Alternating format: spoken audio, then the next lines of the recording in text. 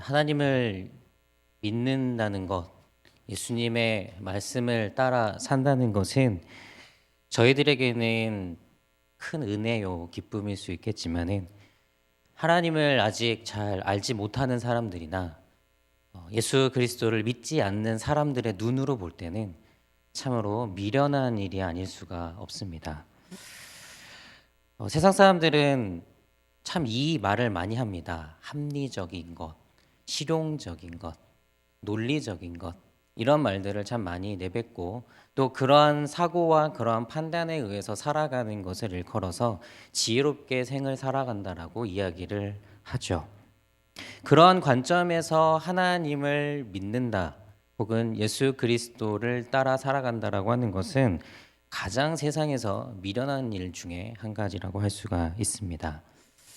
여러분들은 한 주간에 하나님을 위하여 혹은 교회를 위하여 얼마만큼의 시간과 얼마만큼의 여러분들의 노력을 쓰십니까? 아마 이 중에서 여기 계신 분들은 지금 이 자리에 앉아 계신 것만으로도 수많은 사람들에게 충분히 미련하다는 소리를 들으실 아주 훌륭한 분들이시라고 생각이 듭니다. 새벽부터 일어나서 저녁에 해가 질 때까지 특별히 쌀이 나오는 것도 아니고 봉사했다고 누가 월급을 주는 것도 아닌데 그저 웃으면서 좋다고 나와서 봉사하고 헌신하고 희생하는 것은 저 교회 밖에 있는 사람들의 눈으로 볼 때는 아주 미련한 일이죠. 사람들은 이런 얘기 많이 합니다. 시간 낭비하지 말고 돈 낭비하지 말고 제발 좀 지혜롭게 살아라.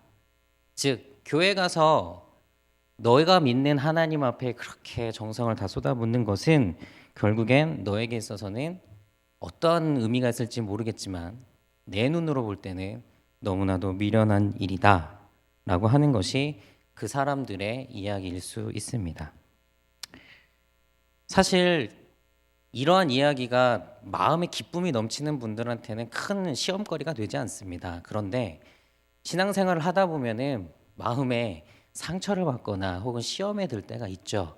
그때 다른 많은 이야기들은 생각이 안 나는데 꼭 이야기가 생각납니다. 너 시간 낭비하고 있어. 너 돈 낭비하고 있는 거야. 이 이야기는 왜 그렇게 시험을 받고 있을 때 그토록 우리들의 귓가를 맴돌고 우리들에게 그렇게 조잘거리는 말로 들리는지 모르겠습니다. 단순히 봉사하고 시간을 쓰는 이런 일뿐만 아니고 또 조금 한 단계 수준 높게 우리들의 미련함이라고 지적하는 사람들은 이런 이야기를 합니다. 너희가 믿는 예수는 이렇게 얘기하지 않았느냐? 살고자 하는 자는 죽어야 하고 죽고자 하는 사람은 살게 될 것이다. 많이 더욱더 많이 희생해라. 더욱더 많이 내어줘라. 너의 오른뺨을 때리며 왼뺨도 돌려대고 겉옷을 달라오면은 입고 있던 속옷까지도 다 내어줘라. 오리를 같이 가자고 하면은 십리를 함께 걸어가라. 원수까지도 사랑하고 용서하라. 환난과 근심이 있다 할지라도 좀 심한 말 못해서 미친놈같이 기뻐해라. 이것이 너희들이 소위 말하는 너희들의 지도자가 되시고 너희들의 신이 되시고 너희들의 인도자가 되시는 그 예수님께서 너희들에게 이야기하는 그 가르침 아니냐. 여러분 어떻습니까? 이렇게 이야기를 합니다. 그것을 따라 살아가면 세상은 너희들에게 이러한 것을 가르쳐 줄 것이야.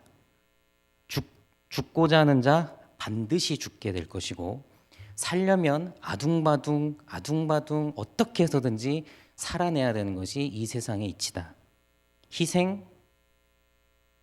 희생하면 할수록 너희들에게 돌아오는 것은 슬픔뿐이다. 내어주는 것, 어떻게든지 내 것을 지키면서 살아가는 게 이 세상의 원리다. 용서, 나를 힘들게 하고 내 주변을 어렵게 하는 사람들을 용서하라고. 환난과 근심 중에서도 기뻐한다. 그것은 정신 나간 짓이다. 세상은 우리들에게 이러한 것들로 이야기를 합니다. 그런 것이 아니야. 세상은 그렇게 사는 것이 아니야. 너희들을 인도하고 있다라고 하는 그 예수가 가르쳐 주는 가르침은 그때 당시에는 통했을지 모르지만 오늘날처럼 이렇게 복잡하고 많은 일들이 일어나는 세상 가운데서 적용할 수 있는 것이 몇 가지나 되겠어. 몇 가지나 적용할 수 있겠어. 그것대로 살아가다가는 이 세상 가운데 도태될 걸 너희들은 미련한 짓을 하고 있는 거야. 라고 우리들에게 이야기를 합니다. 우리들의 상황이 좋으면요, 이런 고단수의 이야기를 한다 할지라도 아니야. 우리는 그렇게 살지 않아도 돼. 우리 예수님께서 가르쳐 주신 방법이 있어. 오른밤 맞으면 난 왼밤 내밀 거야. 나는 어떠한 환난과 근심이 있어도 기뻐할 거야. 항상 기뻐하라고 하셨으니까. 나는 쉬지 않고 기도할 거야. 나는 원수까지도 사랑하고 용서할 거야.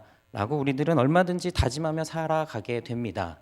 그런데 문제는 시험이 들면은 또 왜 이 이야기가 그토록 우리의 귀를 그렇게 유혹하고 마치 그 사람들이 하는 그 이야기가 더 옳은 말인 것처럼 우리들의 귓가에 들리는지 모르겠습니다.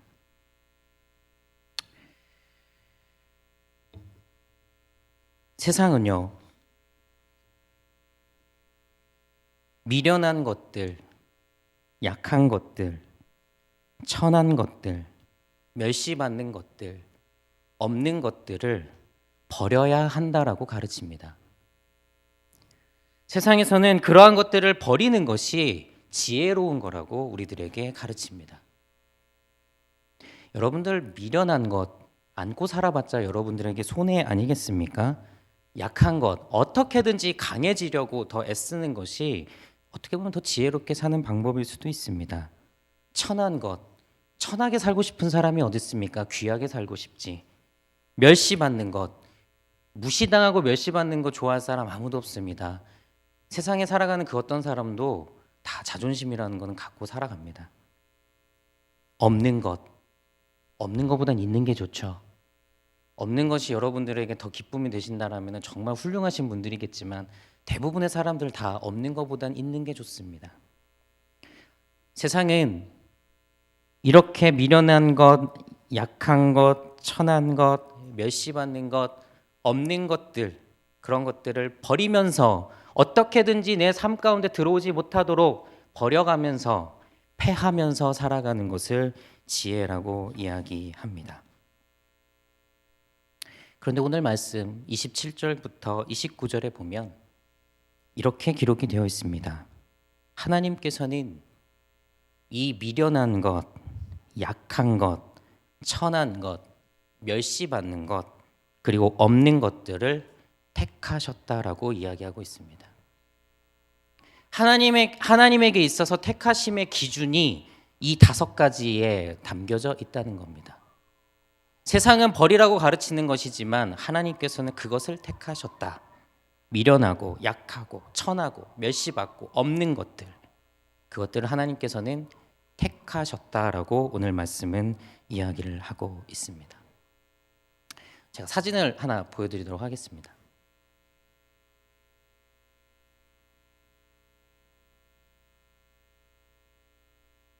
이 뭘로 보이십니까?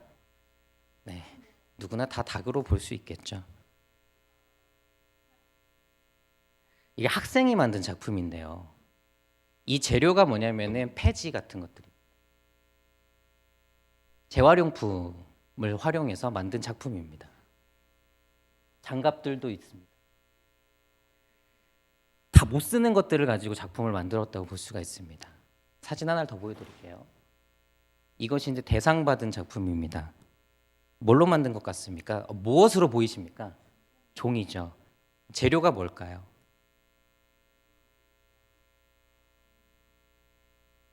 네, 오디오 스피커 버린 것들, 전자 회로판 버린 것들, 그냥 고철로 고물로 다 버릴 수밖에 없는 것들을 가지고 이렇게 종을 만들었습니다. 유명한 작품으로 인정받고 대상을 받은 작품이 되었습니다. 우리 주변에 재활용품을 가지고 작품을 만들다거나 혹은 뭐 집을 만든다거나 이런 일들을 우리들이 심심찮게 볼 수가 있습니다. 그런데 재활용품이라고 하는 것 자체가 어떤 것입니까? 이미 한번 버림을 받은 것들입니다. 다른 사람이 쓰고 버린 것들, 혹은 더 이상 쓸 수 없는 것들, 이제는 더 이상 그 활용 가치가 없다라고 말하는, 오늘 말씀에서 비추어 볼 때 미련한 것들, 약한 것들, 천한 것들, 없는 것들, 길가에 버려져서 누군가의 발에 채이는 멸시받는 것들, 그러한 것들을 이용해서 그것들을 다시 한번 활용하는 것을 우리는 재활용이라고 이야기를 합니다. 오늘 말씀에서 우리는 한 가지를 발견합니다. 그것은 바로 하나님께서는 세상은 버릴지 몰라도 우리 하나님께서는 그것들을 택하신다. 즉 세상에서는 그것들을 더 이상 재활용하지 않지만 우리 하나님께서는 재활용하신다라고 하는 것을 깨닫게 됩니다. 세상은 이러한 것들을 버렸을지라도 하나님은 이것들을 택하신다라고 하는 거죠. 세상은 미련하다 할지라도 하나님은 그것으로 지혜로운 것들을 오히려 더 부끄럽게 하시기 위하여 그러한 것들을 택하고 계십니다. 사랑하는 성도 여러분, 하나님의 택하심은 세상의 버림과 맞닿아 있습니다. 좀 더 심하게 말씀을 드리자면 세상은 버리지만 그 세상에 버렸다라고 하는 것은 결국 하나님은 택하신다라고 하는 겁니다. 우리들이 세상이 버리는 것들을 바라보며 그래 너도 하나님께로부터 버림받았구나라고 하는 말은 사실 하나님의 관점이 아닙니다. 세상이 그들을 버렸을지라도 하나님은 그들을 결단코 버리시지 않습니다. 그렇기 때문에 세상의 버림과 하나님의 택하심은 맞닿아 있습니다. 세상이 버리는 순간 하나님은 그들을 택하십니다. 세상에 더 이상 필요 없다라고 패하는 순간 하나님은 그것들을 취하셔서 하나님의 역사를 쓰시는 겁니다. 세상은 더 이상 재활용의 가치가 없다라고 이야기하는 순간 하나님은 그 사람들을 들어서 재활용하십니다. 세상이 버렸어도 하나님은 그 안에서 새로운 가치를 발견하시고 새롭게 사용을 하십니다. 성경에는 이렇게 기록이 되어 있습니다. 사람은 외모를 보나 하나님은 그 중심을 보신다. 길가에 널브러져 있는 돌 하나가 어떠한 가치도 없다라고 생각할지 모르지만 그 돌을 쪼개는 조각가에게서는 그 안에서의 작품을 본다. 그 돌을 쪼개서라서 어떻게든지 그 돌을 쪼개서 훌륭한 작품을 만들어낼 때 그 돌은 더 이상 길가에 버려진 돌이 아니다라는 것이죠. 사람들은 발로 채이는 돌로 볼지 모르지만 조각가의 눈에는 그것이 작품으로 보인다는 겁니다. 하나님은 결탄코 사람처럼 외모로 사람을 취하시지 않습니다. 제가 얼마 전에 본 프로그램, 제가 참 즐겨보는 프로그램 중 하나가 영재발굴단이라는 프로그램이 있습니다. 혹시 여러분들 보시나요? 영재발굴단 꼭 보십시오. 저는 굉장히 좋은 프로그램이라고 생각이 듭니다. 단순히 영재들을 발굴해내는 것이 아니라 그 사람의 가치가 얼마나 중요한지를 깨닫게 해주는 아주 좋은 프로그램입니다. 그 중에서 제 마음에 깊이 남아있는 한 사례가 있습니다.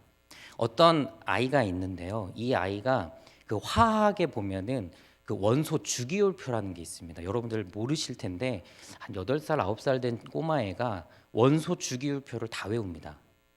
그리고 심지어는 순서대로 외우는 것만이 아니라 몇 번 하면은 그 번호가 어떤 원소인지까지도 다 맞추고요. 그 원소의 이름만 얘기하는 것이 아니라 그것이 어떻게 누가 발견했고 어떻게 쓰였는지를 다 압니다.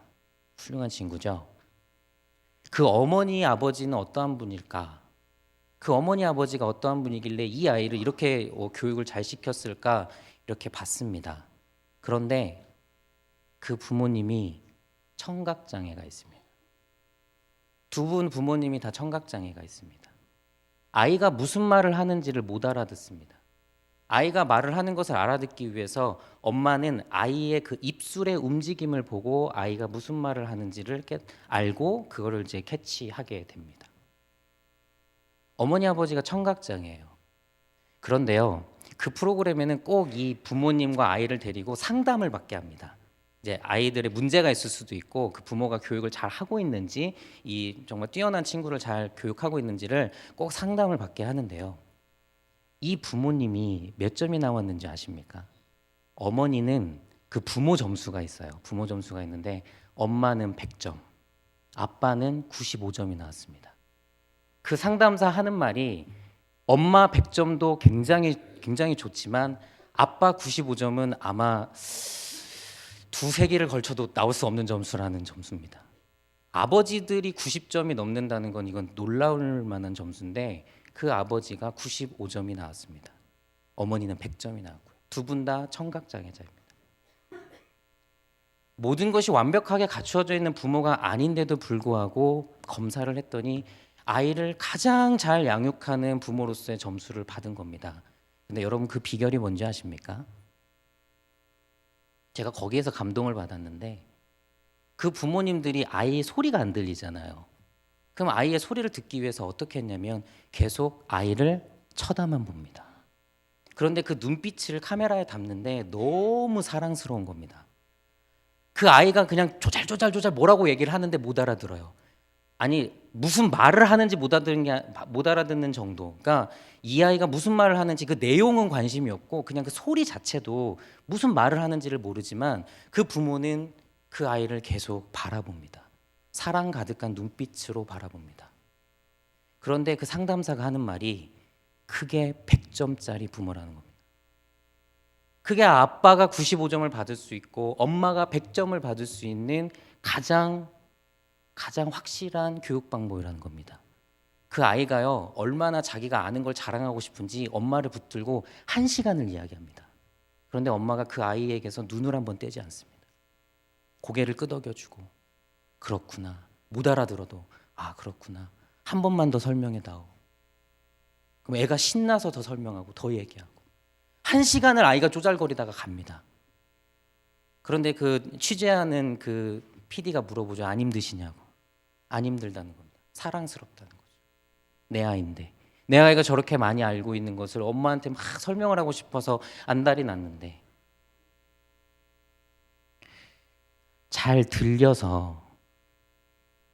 들리고 똑똑해서 좋은 부모가 되는 것이 아니라 잘 안 들리지만 그 아이를 바라보는 그 눈빛이 가장 최고의 교육이라고 했던 이 상담사의 말이 제 마음속에 너무나 깊게 자리를 잡았습니다.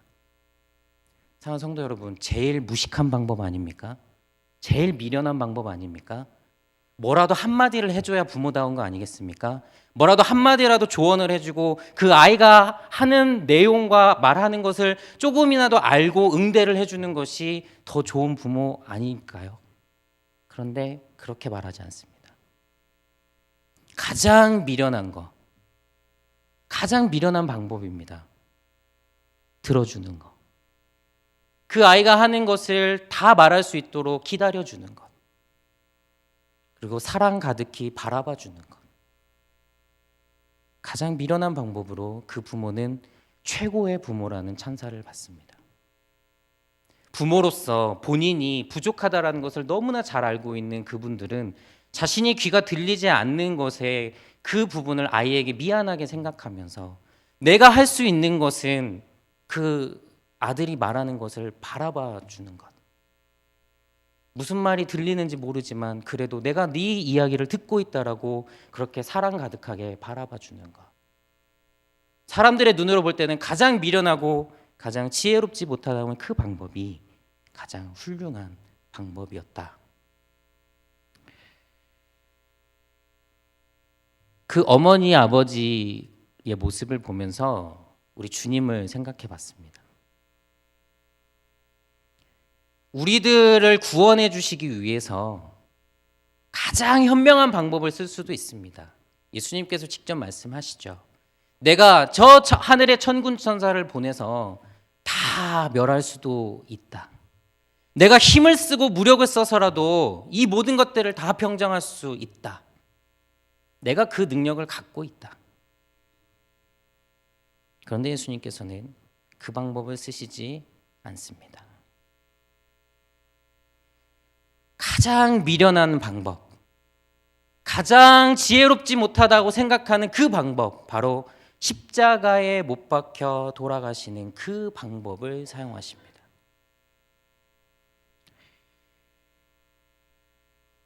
그 무식하고도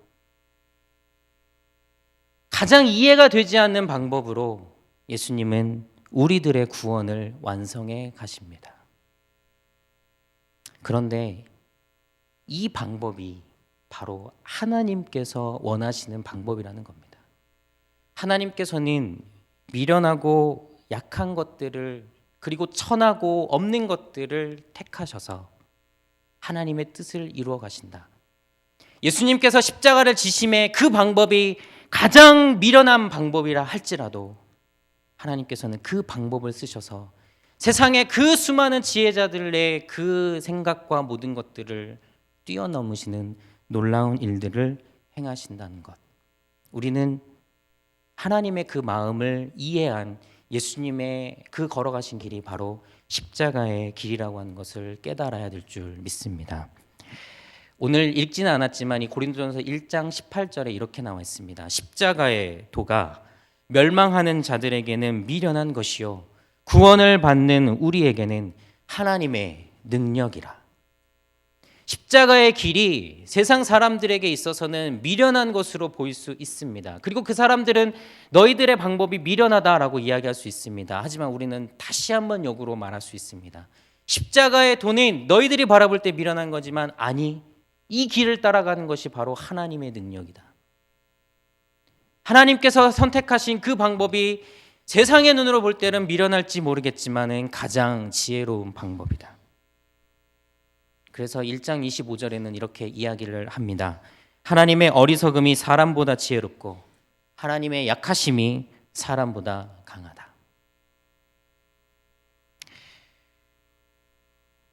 사랑하는 성도 여러분, 그러므로 우리들이 주님의 길을 따라간다고 했었을 때 우리들의 지향점이 바로 어떠해야 되는지 우리는 스스로 다시 한번 생각해 볼 필요가 있습니다.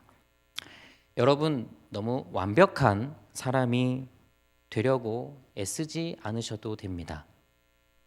완벽한 사람이 되면 하나님께서 나를 사용하신다라고 하는 생각은 더더욱이나 하시지 않아도 됩니다.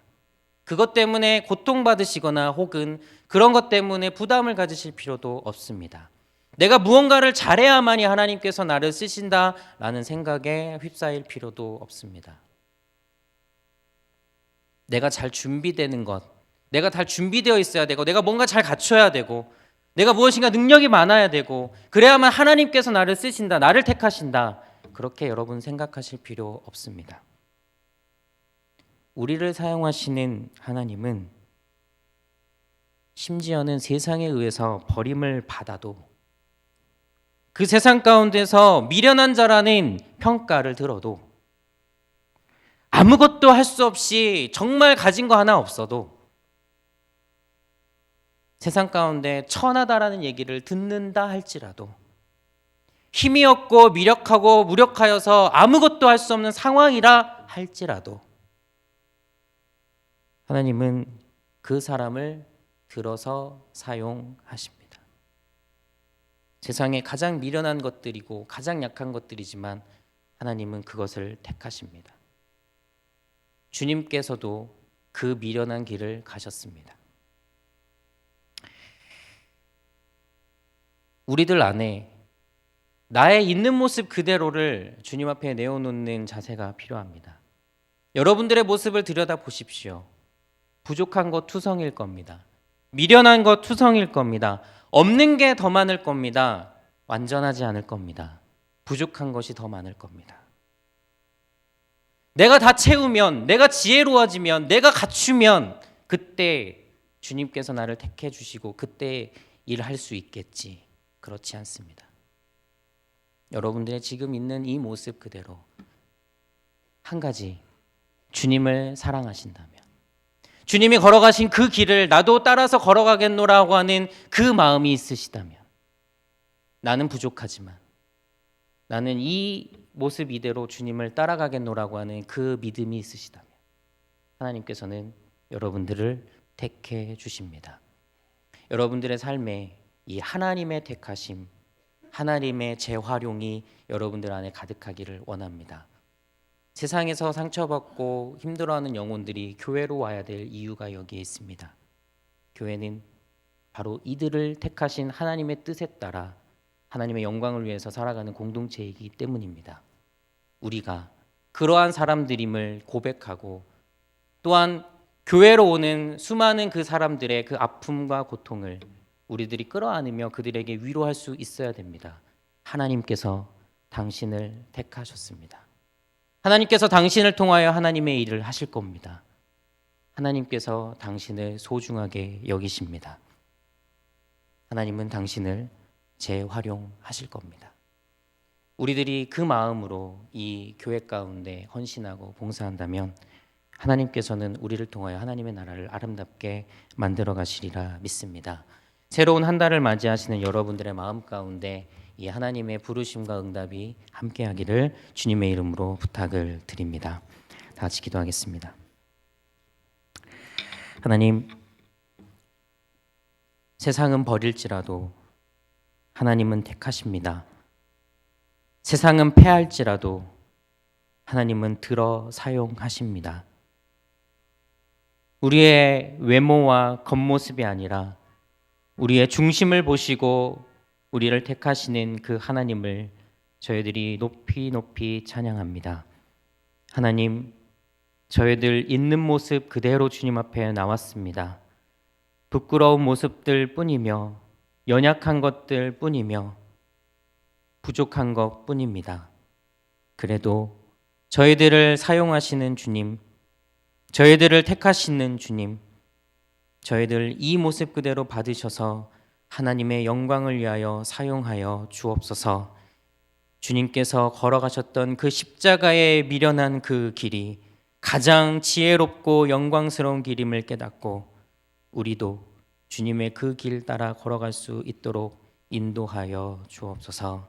감사드리며 예수님의 이름으로 기도드립니다. 아멘. 찬송가 542장입니다. 542장입니다.